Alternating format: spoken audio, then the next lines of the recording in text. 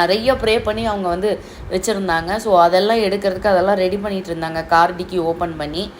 அப்பா வந்து இந்த வெத்தலைப்பாக்குக்கு அந்த இது ஏதோ சொல்லி கிண்டல் அடிச்சிட்டு இருந்தாங்க. அது அப்படியே உங்களுக்கு கிளிப்பிங்காக சக்தி அழைச்சிட்டு வரது பார்க்க முடியலேன்னு கொஞ்சம் வருத்தமாக தான் இருந்தது உண்மையை சொல்லணும் அப்படின்னா.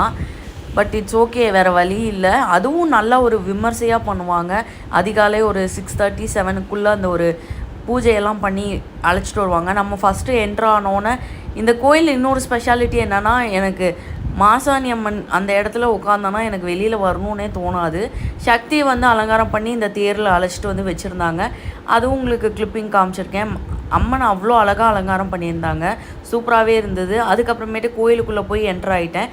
யாரெல்லாம் இந்த கோயிலில் ஆல்ரெடி உங்களுக்கு தெரியும் அப்படிங்கிறத கண்டிப்பாக கமெண்ட் செக்ஷனில் சொல்லுங்கள். நாங்கள் போயிருந்த போது செம்மையாக கூட்டோங்க. அப்புறம் அம்மா மாவிளக்கெல்லாம் எடுத்து அது எல்லாத்தையும் தட்டி அந்த ஹோல் போட்டு அப்புறம் வந்து